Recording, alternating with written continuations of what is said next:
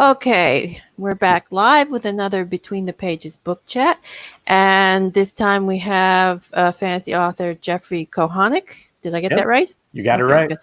And so he's going to introduce himself and his books. Take it away. Okay. Hi, I'm Jeff. You can call me Jeff Kohanek, but yeah, my author name is Jeffrey L. Kohanek. I write epic fantasy. I have 3 series out. The first 2 series are kind of a coming of age epic fantasy, so it works for YA, so teens and up. And then I have a newer series that's kind of more adult centric. My earlier books are based on a world called Asalia. So Runes of Asalia, then Wardens of Asalia. And then a current series, I'll show you the books right here. It's called Fate of Wizardoms. And, oops, wrong direction. First book, second, and third. So 3 are out right now. And, I don't know. I'm having a lot of fun with the series. I have 3 more to go. And, just love sharing it with readers. Yeah. I believe you just released a box set of the Fate of Wizardoms as well. Yeah. Right now, you can get actually all 3 books in ebook form for 99 cents or free on KU. Yeah. I know that because I bought it. Awesome. Thank you. Yeah. I have a couple of your other books too. I don't remember which ones at the moment. I think it's one of the Asalia series. Yeah. I mean, so many authors are putting books out these days. I've lost track of who and which ones I bought. I hear you. Anyway, so give us a quick overview of the Fate of Wizardoms. What's it about? What are the characters? Okay. So the series was inspired by larger series like Wheel of Time by Robert Jordan. But one of the big complaints that some readers have about those books is that the series got too long and things happen too slowly. I mean, it's 14 books. Each book is like 900 pages. So there's a lot there. So I took a similar kind of idea, epic scope, and squeeze them into like faster paced stories that are 300-page books, 6 books in total to tell this story. And it's featuring characters that I've really grown to love. The probably the main central character is actually, instead of being like normally it's a fierce warrior or a wizard or something like that. Now he's like the roguish thief. So he's rather, sometimes his exploits are flamboyant or outrageous, and he actually became too famous. I mean, being a thief, you don't want to be famous, but he became too famous, so he has to use a false name. So his real name would be Jarrell Landish, but he has to go by the name of Jace, so people don't know who he is when he's interacting with them, because they won't trust him. I started with him, and there's a whole cast of fun characters with him, but a lot of banter. Friendly banter, and there's bits of humor along with lots of magic, action, adventure, intrigue, ruthless wizards trying to, rule the world. It's fun. Okay, so your setting for the books, is it based on your typical medieval world, or is it a little different, Norse influenced, or what kind of a world setting do you have? Yeah, I mean, the time would be kind of like a medieval-ish time frame, right? Like time period. But the scenes, the different wizardoms. So instead of kingdoms, they're wizardoms, ruled by wizards. Like they're kind of based on, like, one is a lot like Italy, one is a lot like Greece. Some are based like more like Mid-Eastern areas, like there's desert, and they wear veils and turbans and things like that. There's an area in the jungle, right? So it's different countries spanning kind of a southern hemisphere of this world, and I don't know. So it should feel familiar to people that are really into fantasy, but still it'll feel unique. And a lot of that uniqueness comes from how magic and prayer are tied together. So what you have is each kingdoms ruled by a wizard, and that wizard is basically granted his position by a god. And every evening they have something called devotion, and the wizard starts the devotion. All these towers throughout the wizardom like come to life and glow, and beams of light connect them. Everybody has to you'll get like put in prison if you don't, but everybody has to pray to the wizard and the god, and the power of those prayers feed that wizard and give him power far more powerful than any other wizard in the world, right? So you only have these 8 wizardoms, but the problem is each of these wizards, they can't really leave their capital city where their tower is, where they can collect these prayers. They're kind of bound to them. Now, when a wizard finds a way to break that and tries to conquer the world, that's when everything goes sideways, and that's what this story is about. And my characters who are caught in this crazy scheme and everything that's happening.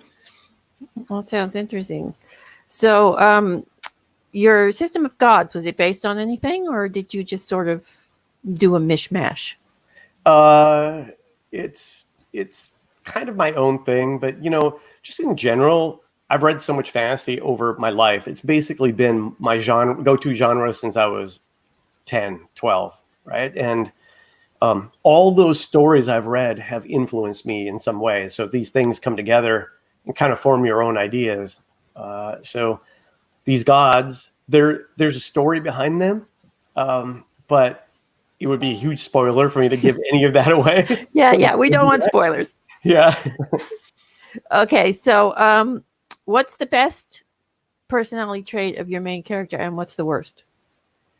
Okay. I think the best trait of Jace is that he's extremely witty. He's clever, and sometimes scheming can be a good thing. So he schemes. If his schemes are in a positive direction, like, it's great, right? So he makes things work because he's quick thinking, right?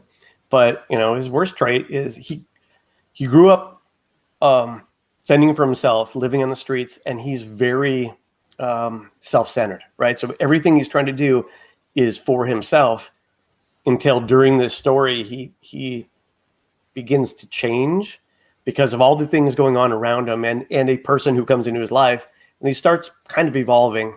So he isn't always self-centered as time goes on. But it's part of the character growth, Yeah, so how would you rate your villains? Are they like misunderstood, or are they like just burn the world down? Both. And some of it is, some of them are just power hungry. Like, they just want the power, and they're used to everybody bending to their will, right? So that's just how they are. And some of them, like these wizard lords, the people that rule the wizardoms, they become immortal. It's almost impossible to kill them, and they live hundreds and hundreds of years while everybody else is just dying off. So what happens to somebody when everybody around them comes and goes? How many wives and how many children, they all come and go, right? You become hardened. You become something different. So that's what many of the villains are. There are some that are just like, they're bad people.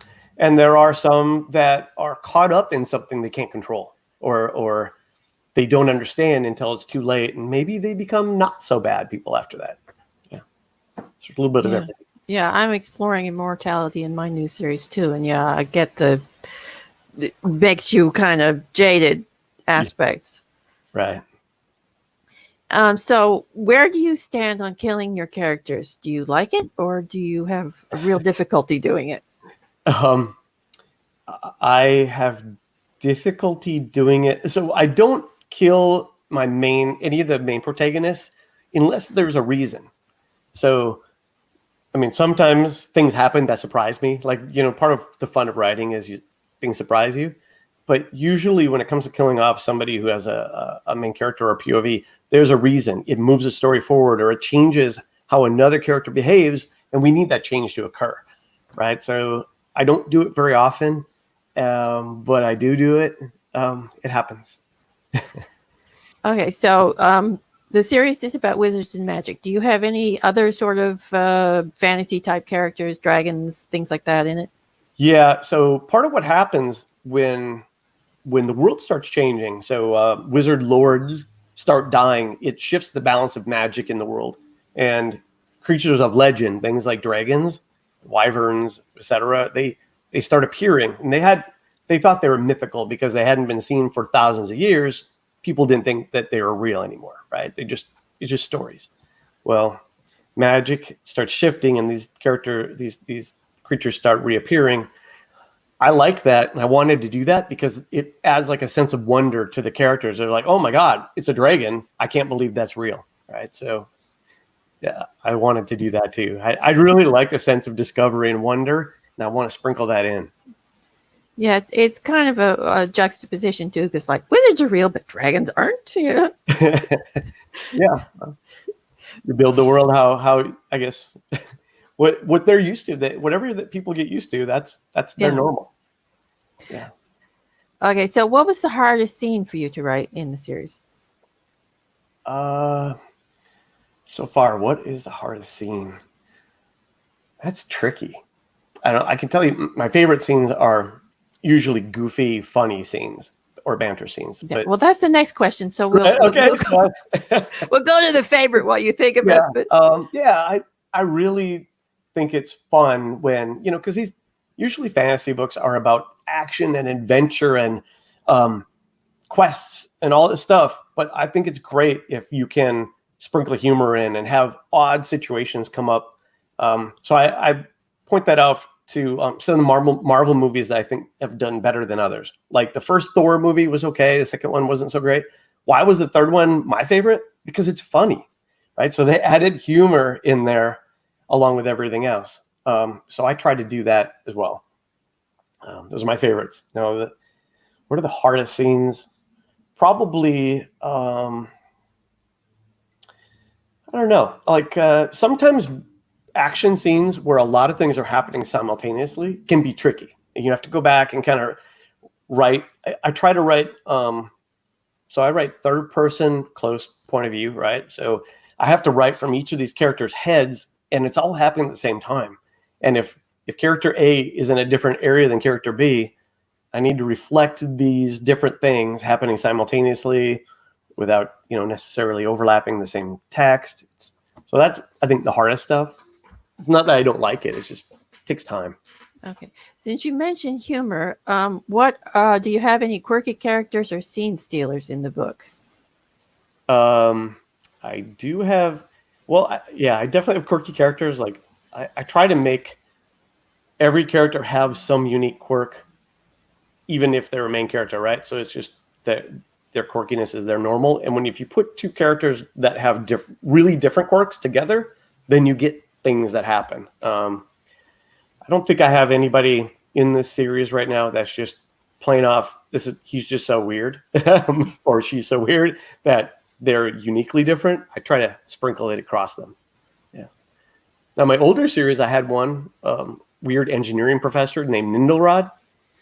And I enjoyed him so much in my very first book that I brought him back for like every single book in all the other 6 Isalia books I wrote.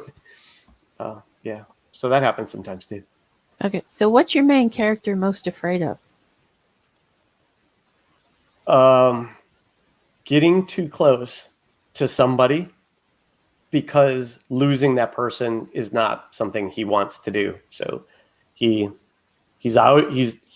almost always worked alone, operated alone, lived alone, been self-centered, but a lot of it's because he doesn't want to get close and then have that person be a liability when you're in a difficult situation or lose that person. So that's what I would say. Yeah. Okay. So you write in the fantasy genre. Are there any other genres that you've ever wanted to write in or like to write in? I don't know. I have so many fantasy ideas right now. It's hard to say. I wouldn't mind doing like a mystery or a thriller at some point. I mean, because I have those elements in my stories anyway. It's just a matter of what setting or what world do you wrap around it. Yeah, I tried writing mysteries. They all turned into fantasy stories. I could see that happening to me. Yeah. Okay. So, can you give us a sneak peek of any upcoming projects? Wow, that's tricky. So, because right now I'm just about finished with the 5th book in this Fate of Wizardoms series, and I still have book 6 to write. So they're all going to be released by the end of summer. I have ideas for follow-up books, like or a series. I just have to figure out what to do first. So one idea is taking prequel stories of this main character Jarrell and almost make it like it's an urban fantasy story set in an epic fantasy world where it's just him doing his different contract for hire thief type jobs. So whether it's, rescuing somebody who's kidnapped or stealing something or whatever it is, because he's really fun to write and he's fun to read because he's very outrageous and flamboyant. I mean, he'll dress up as a woman or, do whatever, right? And it creates fun situations. So I thought maybe I'll write that, or maybe another Fate of Wizard, like a sequel to the Fate of Wizardom series, or a prequel, or my Celia books ended with like a lead-in for another series that I could keep writing in that world. So I don't know. I have a lot of ideas. I just have to figure out what to do next. So to sum it up, we can expect lots of things from you. Just not sure what yet. Yeah. I'm probably going to reach out to my readers and try to get a feel for what they want to see next, and we'll go from there. Okay, so we'll wrap it up here. And why don't you tell the viewers where they can find you and your books? Okay. Well, my author website is jeffreylkohanek.com, and spelled just like it says right there on the screen. Also, I'm on Facebook, so you can find me on Facebook. Not only do I have my own Facebook page, my author page, but I hang out in some author reader groups that are fantasy focused. So fantasy and sci-fi focus is one, or indie fantasy addicts is another one where I'm highly involved. And what's great is, these readers, they get to actually interact with authors that they really enjoy reading. It breaks the old mold of, how you'd see books at a bookstore and you'd read about them, and the only information you got about the author is what's in the back of the book, right? You never got to connect with that author. Well, we can do that now, and I love that. Yeah, well, here's your first reader vote for what to write next. More Celia. Yeah. I hear that a lot. I think it helps that I've had those books out there more, for a longer period of time. And I certainly left Wardens of Celia, my second series, with a lead into another story. So it's there. I know what the plot is. I know most of the characters. I just have to do it. Yeah, that's the trick, getting the time to do it. I left my series with a lead in as well. And one of these days I will get back to it. Right. Okay, so thank you for being here. It was so lovely chatting with you. Yeah, thank you. Anita. And we'll be back tomorrow with author Eileen Mueller. So I love Eileen. Yeah. I'm looking forward to that. Her and her dragons. I love dragons. Yeah. She really likes to talk, so you better be ready. She talks way more than I do. Yeah, I've seen her appearance on Fantasy Fiend, so I'm prepared. Okay. Okay, so we'll see you tomorrow. Bye, everybody. Okay. Thank you. Bye.